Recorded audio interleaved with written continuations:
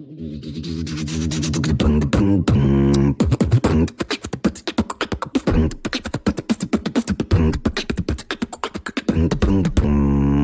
are now tuned into the Leader's Lens podcast. We are back here at the Leader's Lens podcast with my friend from Twitter, Ryan Vaughn, former founder, CEO. Now he's coaching executives, one of the greatest minds of leadership that I've been able to connect with. So Ryan, I really appreciate you being here, available for the great Leader's Lens audience. We have a lot of fun over here. Yeah, it's great to be here. Thanks for having me. And I always love starting these conversations, just hearing people's leadership journey, because I feel like people take such different paths in becoming leaders and how they kind of create context around what it means to be an effective leader. What did your leadership journey look like? It's a good question, and there's so many different ways that I can tell that story. So it's interesting that everybody has their own version of the story, but I probably have it could take any number of slices at it, and they'd all be true, but very different. I think so. I have been in the technology industry for almost 20 years now, and I was a CEO of a high growth or of various high growth startups for 15 of those years. Two progressively larger failures, and then one that was successful, it scaled, and then eventually sold. That was called Varsity News Network. So it's kind of like ESPN.com for high schools. And I think throughout the most of that journey, most of the first 15 years of my leadership journey, I had this idea in my head of who a leader was supposed to be. And it was oftentimes very situational or very dependent on where I was.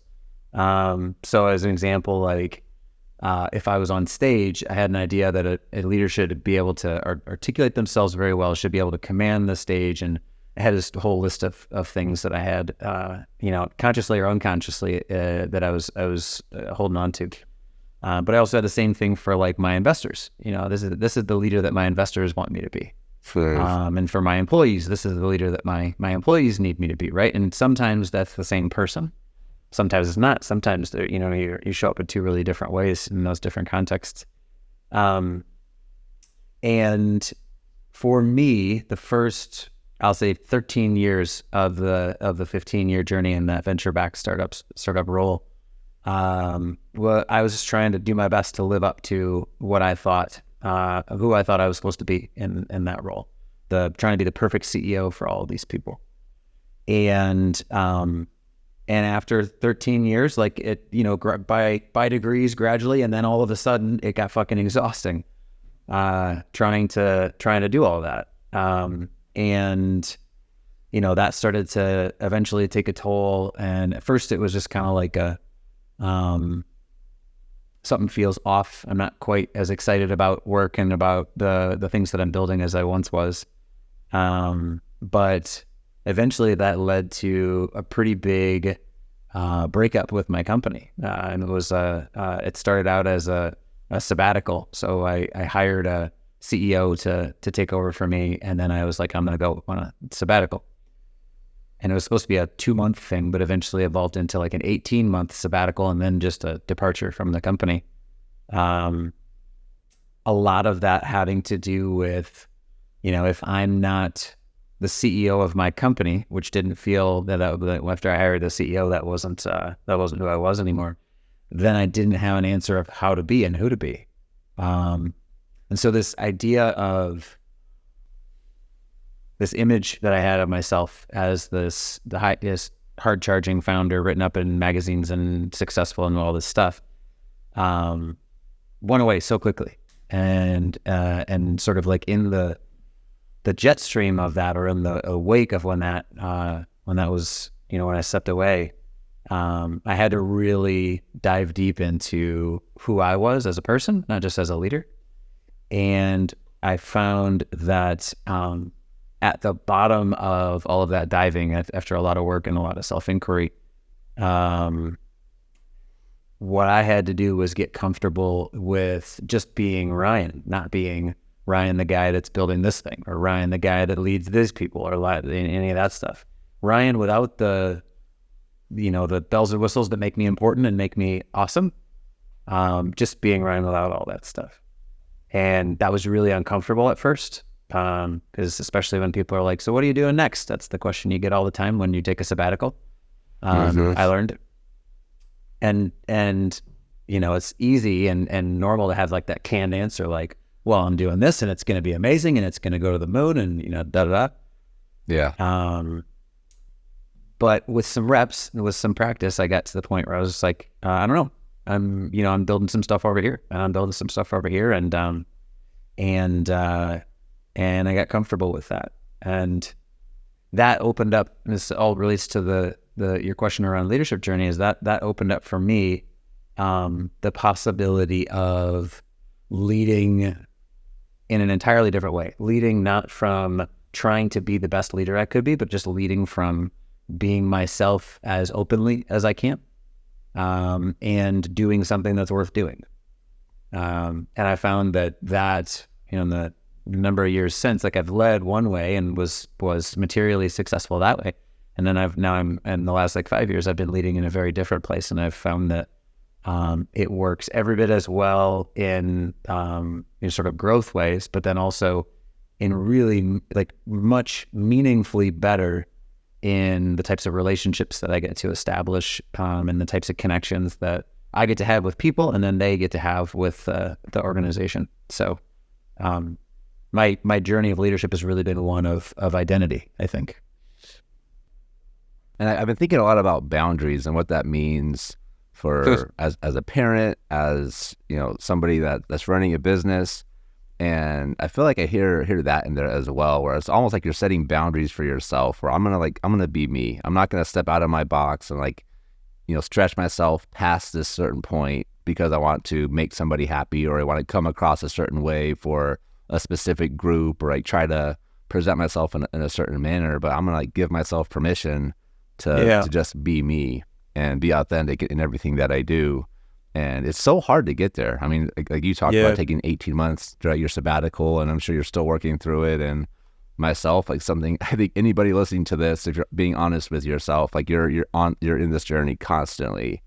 Yeah. So just super powerful. What have been like the biggest changes you've noticed since you've been able to take that step in your own evolution? Well, so I want to touch on, you were talking about boundaries, and I think that's it's worth just like touching on from my perspective, because I think I would have thought about it really, really clearly, like, well, let's put it this way. We talked about identity, and the way that I thought of myself in a previous iteration of life is I thought of myself as the guy who was building this big ass company, right? And because I had this image of myself as the guy who's building this big ass company, that sort of made all of life right now really simple, because it's like I just got to do the things that are consistent with the guy who's building this big ass company, right? So by having that definition of who I am really clearly defined, that created boundaries for me. It created like, I'm going to do these things and not these things, right? And that's, I think it's a really useful and effective way to sort of operate through the world. But when I spent the time in kind of in pretty deep self-inquiry, and I got a chance to do all sorts of cool stuff there. I studied under a Zen master for a while. I got involved in a bunch of different versions of psychedelic work and stayed in a monastery. And there's just a bunch of, it's like a doctorate in a whole bunch of different things, self-inquiry, we'll call it. But what I found was that any version of like a defined identity that I had for myself, I would, for me personally, I would immediately start to try to be fully that. So whether it was a CEO that's building these companies, or whether it was a coach, like I am an executive coach now. And so if I allow myself to define myself as an executive coach, then the boundaries come up, and the boundaries like, now I'm going to be this, and now I'm going to start investing in this way. And it all of a sudden builds this momentum. And And that, for me, that's what was so easy to lose myself in. So easy to lose myself in being this thing that is external to me, coach or an entrepreneur or anything. And so I think one of the big choices that I made along the way in like the last, it's probably 5 years ago now, is when I stepped away from the CEO role, my first instinct was start another company. That's what was consistent with my identity, was to start another company right away.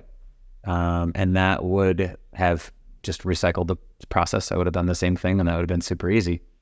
But the thing that I'm proud of myself that I did is I allowed myself to not define who I was and not establish those guardrails of I am this, therefore I'm limiting my life to this band. And I've just tried to stay open as much as I can. And I think that's what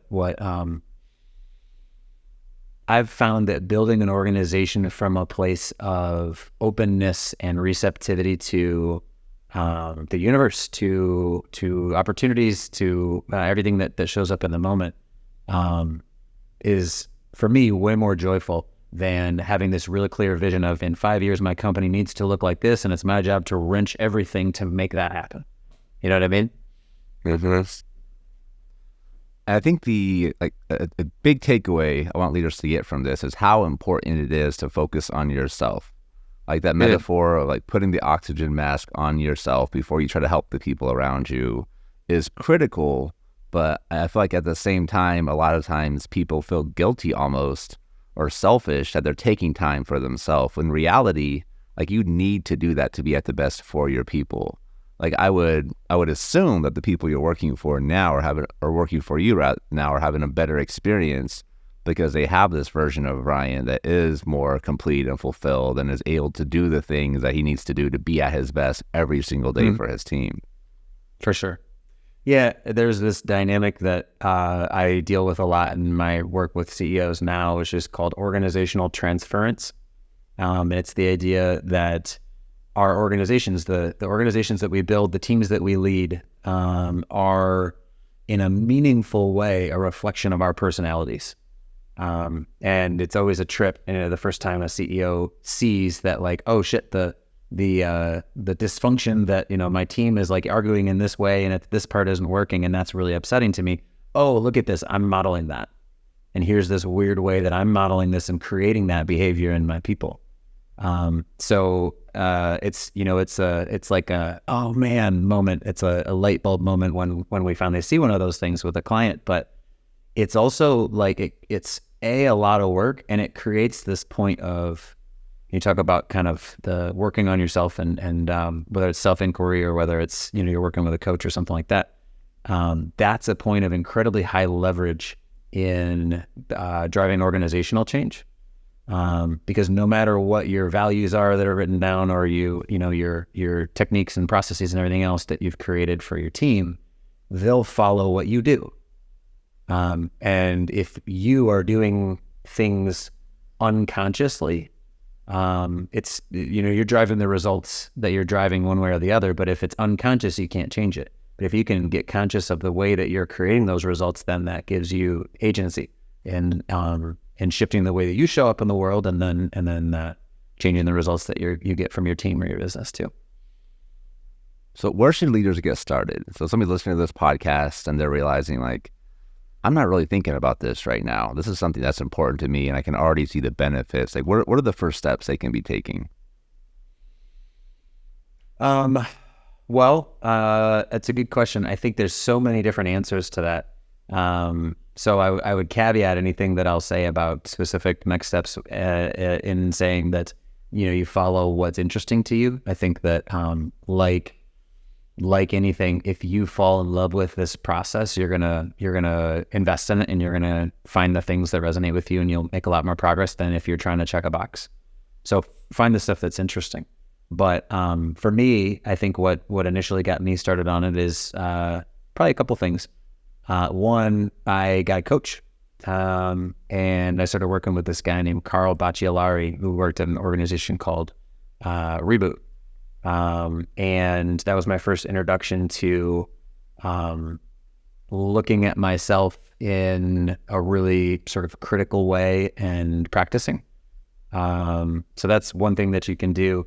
I had started a meditative practice. Probably it's been 15 plus years now, but I had probably been meditating for 8 or 9 years, and I started to try to get calm, to just like feel better because I was so stressed all the time. But one of the things that you learn through meditation is, you learn an awful lot, but one distinction is you start to see the difference between your thoughts and your emotions and yourself. You start to decouple yourself from your thoughts and your emotions and start to see a different relationship between you and your thoughts and emotions. And that can open up a whole bunch of tools for change as well. So things like meditation, things like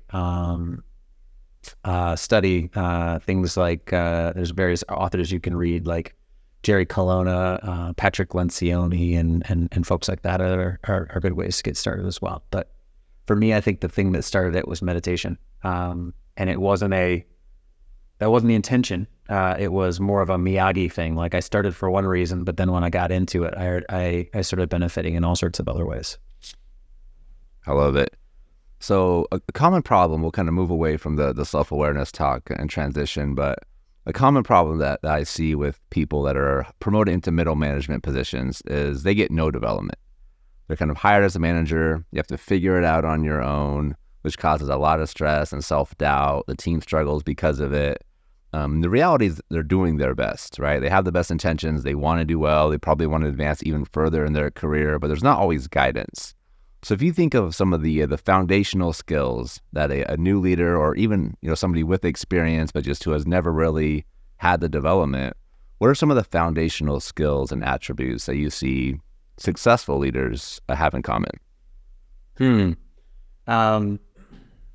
So is this sort of like framing it like what they would, where they would aim absent any sort of internal leadership or somebody else sort of steering them? Yeah, so if I'm trying to figure out like what skills should I be focused on developing, what are the things that are going to allow me to be effective in my role? What are some just foundational things that you see? Got it. I think that I think my understanding of leadership through the 20 years or whatever that I've been doing this is that there is certainly some aspect of skills development. And that's important and worth dedicating time to, and we can spend some time on that if we want. But I'd say the predominantly larger impact has to do with how you show up as a person, less around what you do and the specific tools and techniques and whatever that you do, more around the way you're being with your people. Are you being authentic? Are you being open? That sort of a thing makes a big difference versus are you being manipulative or closed or things like that. So my experience with particularly young leaders is that there's often an expectation that a leader should be confident and competent and just have all their ducks in a row, be really put together and just always have the answers. That's sort of like leading from certainty place.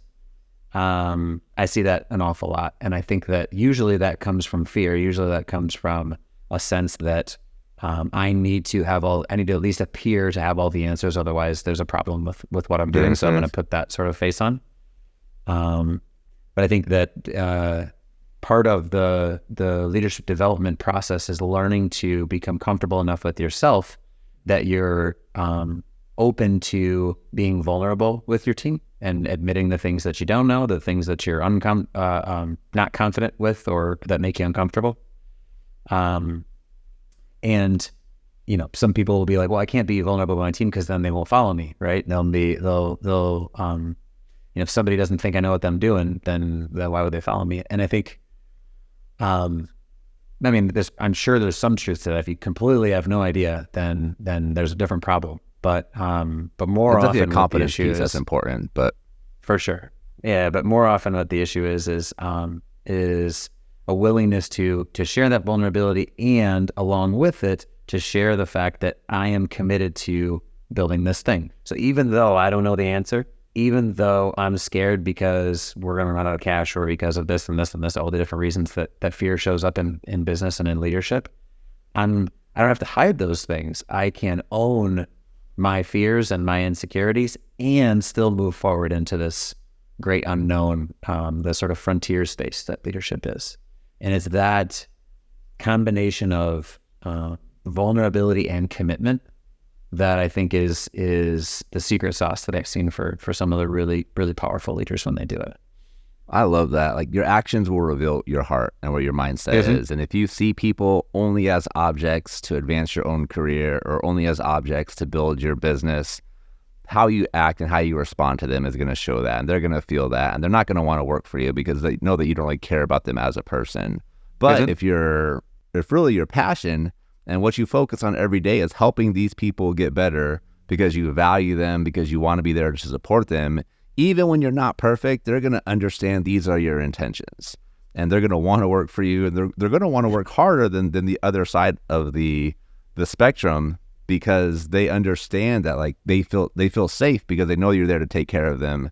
And they probably feel confident that working with you will be better for them personally as well, because you are there to support them and you're invested in their long-term success. Yeah, and I think one of the really critical, this has to do more with like the skills development piece, but one of the really critical things that I think is important to do as a leader is to listen really well, and particularly listen to the people that you lead, and not just when they're giving you feedback on what work you need to do or where they're having problems or anything like this, but listen to who they are and where they're going in life, where they're going in their careers. And that becomes, and again, there's two ways of doing this. One, you can listen so that I can move the chess piece around and like just kind of half-assed listen and then tell you what to do. And people see through that, right?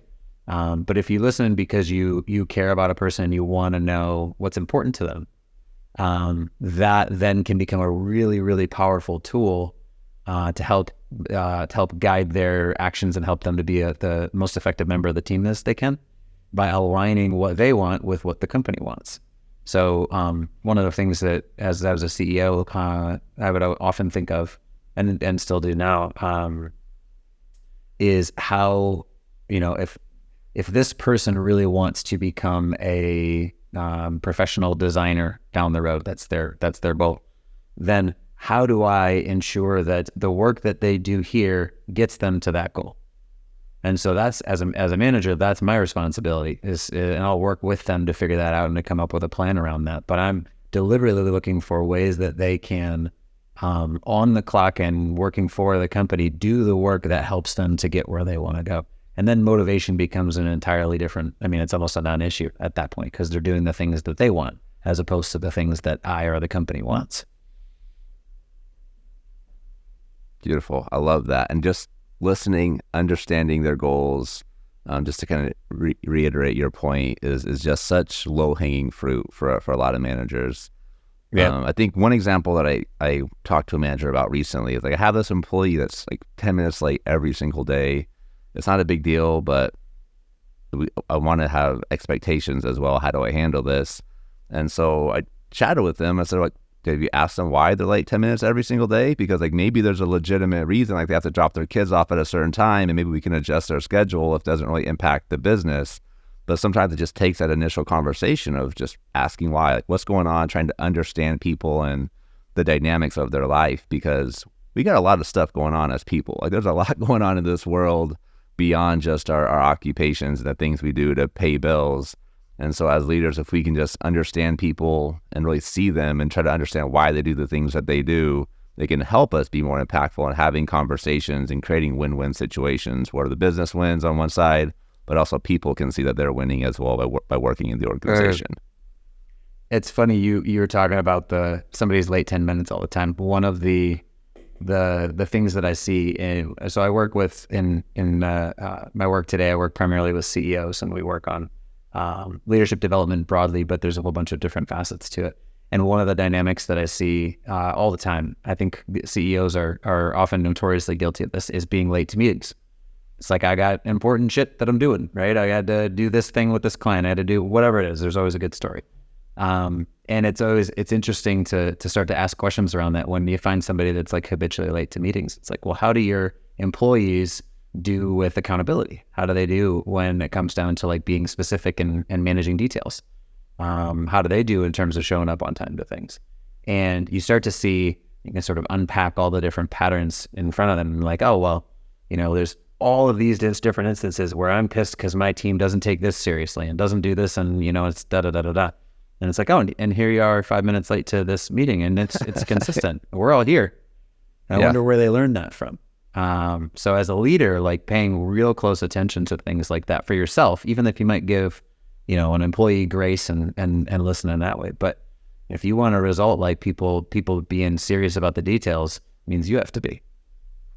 100%. Gets back to the mirror analogy used earlier, where your organization is a reflection of you as a leader. Yeah. What are some common misconceptions that you see in leadership? You kind of talked about it a little bit in your own personal journey, but I'm curious to hear if there are others that you've learned as you're working through leaders and kind of their expectation of what leadership should look like versus the reality, what's actually going to have an impact. I think we're touching on it. I think that there's a big misconception about who, or my experiences, and I see this a lot, about who a leader is supposed to be. I think that, it's oftentimes people have in their head this idea of this hard-charging alpha person. And some of the most effective leaders in the world don't and have nothing in common with that archetype. And would in fact be a much worse leader if they were trying to be that than if they were just allowing themselves to really, really anchor into who they are and be that fully. So I think that's certainly the part of it. And then I think another area we've touched on, but that when people think about leadership and practice leadership and invest in their own leadership development, the time that is spent on, learning this meeting check-in template, or learning this process for managing one-on-ones, or whatever, the time that is spent learning like different techniques and tactics, it massively dwarfs for most young leaders the amount of time that's spent on understanding themselves and the impact that they have in being conscious about how they show up. And I think that as you mature in your leadership journey, and I'm sure you experienced this as well, you start to realize that like, oh, all these techniques and tricks and processes or whatever don't really mean a hill of beans until I'm, operating consciously, as opposed to, out of rote and habit and emotion. I love that. I think a simple example would be like the leader that has all the systems in place, but they're living off 3 hours of sleep, and that you can't be at your best if you're like living off of that little sleep, even if you have everything else in process, everything else set up to perfection. Like you're just not going to be able to navigate conversations effectively and make the right decisions that you need to, when you're running a company. Totally. So when you're talking about the self-work, go for it. Please. Well, I was going to just get a follow-up question. When you're focusing on self-work, is it focused around the things somebody needs to do to be at their best, or are there other levels and elements that you're looking at as part of that conversation? Well, so I think a good sort of starting point is that who you are right now is perfectly suited to getting the results that you're getting. So whatever results that you're getting, the way you're operating right now, the programs that are running in your head, the patterns and habits and everything else that you have are perfectly suited to create the life that you have. And so if the life that you have is the life that you want, cool. There's nothing really to do. And enjoy that life, because that's amazing. Good for you. But if, where work starts and where some of this self-inquiry and adjustment work comes in is when you're getting results that you don't want. And so, when you find that I'm getting a result, let's see, like I'm finding that my team this is a personal one for me also, I'm finding that my team is like arguing all the time and is not getting along, and it's really frustrating because like, why can't everybody just do their friggin' job? Because this is really important stuff. Everybody agrees it's really important, but we spend so much time bickering that we're getting less stuff done than we want to.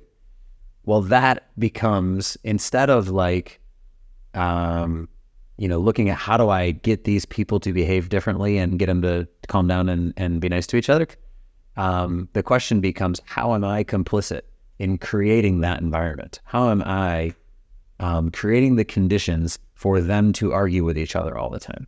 And that's an entirely different line of inquiry, right? It's not external, how do I have creative conversations with these people? It's more, how am I showing up and how am I creating? So for me, what I realized, because that was a direct example of my experience as a CEO, we went through this phase where people were just like quietly stewing with each other. And it was really frustrating. I felt awful as a leader because we weren't as effective as we needed to be. But what my coach helped me see was that I had this way of dealing with myself, which was if I had to do something hard, I would just shut up and get it done. Like, there's no point in complaining. Let's just do it, because we have so much important stuff to do. I don't have time for the emotions and anything else around. I just got to go and get this thing done. And that showed up and rubbed off with my employees. They would, they did experience that with me as well. And then they started to do it with each other. And so somebody would drop a ball somewhere or do something that wasn't as good. The person next to them would just shut up and carry it. Like, you know what? This didn't happen the right way. Cool. Who we are as people is we don't worry about that. We just get the job done. So they would get the job done. And then because they didn't feel like they could talk about, because I wouldn't talk about the emotional sort of stuff underneath that, they would carry that weight and then resent the other person. And they wouldn't say anything. And then over and over and over and over and over and over, there's all these resentments built up. And eventually it just started, people weren't able to hold it in anymore. And the fix to that had nothing to do with them. It had everything to do with me starting to acknowledge pain when I caused pain and when I felt pain. And that opened up a space for other people to have similar conversations. Awesome. I'm thinking a lot about being a father as you're talking through this. Yeah. And how that same element of how we handle conversations with our kids, those same dynamics play out in the household that do in the office. But it's just the stakes are so much higher at home that it makes it even more challenging to sometimes do the things that you need to do. Yeah. And I think it's, I find myself sometimes becoming so conscious of, I don't want to, I want my kids to feel like they are free to kind of, live their own life and go their own directions. And so I'm so careful of I don't want to, I'm a huge basketball fan, I'm a huge football fan. And I'm if you're going to do sports, I'm super pumped, but I don't want to put that on you. Right. And I can be, it's funny as a parent, I can get so conscious of it that it can feel debilitating almost. I really don't want to give them a complex of this sort or that sort. But I think as a parent, it's you're around them so much that at this point I'm there's no way I'm not going to fuck up my kids. I know I'm gonna. It's just a matter of being conscious of, I don't want them to be in this particular way that I can see, and I know that if I tell them to just suck it up when they're hurt, instead of allowing them to be hurt, then that's going to lead to a very predictable thing that I've dealt with, which is, I would led to that business problem, that very specific business problem that I described. So I know that one, so I'm not going to do that. But then I'm sure I'm going to do it in a different way, and and then I'll learn, and we do our best. For sure. The one I struggle with is helping with the emotions, and I want them to feel free to express the emotions, but then there's also a line somewhere of where it's just rude and disrespectful. How do we navigate that conversation? As my kids aren't teenagers yet, but I'm preparing myself for these moments as they're going to be experiencing new emotions. How are you managing it right now? How are you managing it right now? Because I think that's taking deep breaths. My kids are younger. I'm trying to learn. Oh, gotcha. I'm just taking deep breaths, reminding myself that they're kids, and trying to just make every moment an opportunity to listen and understand where they're at, and then teaching, when it makes sense. But try to do a lot of listening and understanding is 100% my perspective on, I think, probably just everything in life, but definitely parenting. For a lot of the same reasons you're talking through, I want my kids to have their own journey. I want them to like find the things that fill their buckets up. I don't want them to do something because I feel like it's what I want from them. I definitely have made the mistake of in front of them talking about how much I didn't like baseball, and now they never want to play baseball. So I don't know if it's because they don't like it, or maybe like the conversation I had, had an impact on that. But I'll let them know. Like, if you want to play, I'll support whatever sport you want to do. If you want to do like music, whatever you want to do, like try it out. I'll be there to support you because I love you as a person and I want to be invested in your thing. So just try to listen, understand, and encourage them when they're excited about things. And Fortnite, definitely play Fortnite with them. You said something earlier that I'm reminded of right now, and you said something like, independent of what you say, your actions speak louder than that. Your actions are more important. And I wonder if how that plays into this dynamic with kids as well, and thinking about my own sons. And in that, like, I'm going to say a bunch of stuff, and I might say that I hate baseball. I also hate baseball. So, I'm with you. And now I'm thinking about whether or not I should say that. Right. But I think at the end of the day, like, kids don't have the cognitive capacity to sort of like argue with these things, and they're sort of still figuring that stuff out. But over time, the thing that sticks with them is, less so that like you hate baseball or not, but more so just what kind of person you are, how you spend your time, the type of interactions you have with your wife, the type of interactions you have with other people. That's the stuff that they watch. And what I'd like to tell myself, and I think it's true-ish, is that independent of if I say something that I wish I could take back at some point, I think the thing that matters more is the type of person that I am and being the best version of myself as I can be. And that allows them and sort of gives them the permission to be the best version of themselves that they can be too. And 100%. It might take some work for that to feel like enough, but I think it is.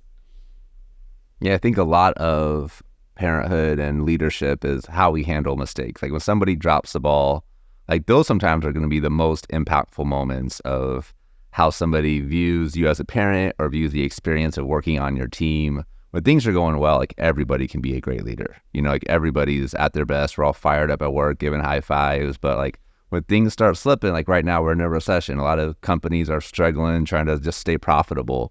And these are the moments that like great leaders are going to stand out, and people are going to remember this, right? When as they have opportunities presented to themselves. There's a particularly challenging that dynamic, and when there's a sort of existential threat that I know, and I work a lot in the tech industry, and that's changed a lot. There's a lot of headwinds in the tech industry right now, and it's in navigating that sort of a challenging wartime space.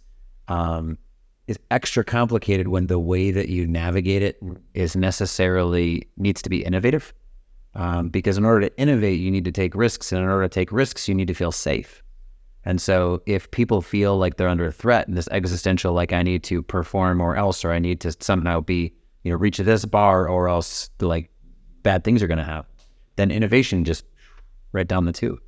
And so there's a lot that leaders can do around how they interact with failure, how they interact with half-baked ideas, how they interact with things that, whatever the external circumstances are. When somebody comes into to your office and says, I have this idea, and here it is in some form of it, if your first reaction is to tell them all the reasons it sucks, well, that's a good sort of indication of like that type of idea is not welcome. I need to be more buttoned up, and I'm not going to, I want to make sure that I polish myself before I talk to my boss. And you're not going to get any sort of innovation if everybody's polished all the time. So it kind of puts an additional responsibility on the leaders to not only acknowledge any existential threats that exist, but also still create psychological safety for their people to do the work that they need to. 100%. Ryan, this has been an incredible conversation. I know I could probably chat with you for hours about parenthood and leadership. I think we share a lot of the same perspectives, and I always enjoy our chances to connect. And people that want to connect with you, where should they go? Where should we send them? So best ways is to just go to our website. It's leadinsideout.io. And there's a newsletter there that's an easy way to sort of stay in touch. And if you subscribe to that, I end up publishing usually a pretty deep article on leadership or on the startup journey or on my own journey once every other week. And through that process, I've established a whole bunch of friendships with readers that just respond, and it starts a dialogue, and we start talking about this really deep philosophical, leadership topic. And I enjoy the hell out of that. So, subscribe to our newsletter, and then when you get one, respond and let's have a conversation. I always like that. I love it. Highly recommend it. Make sure you check in Ryan's newsletter out, and appreciate you tuning in to Leaders Lens podcast.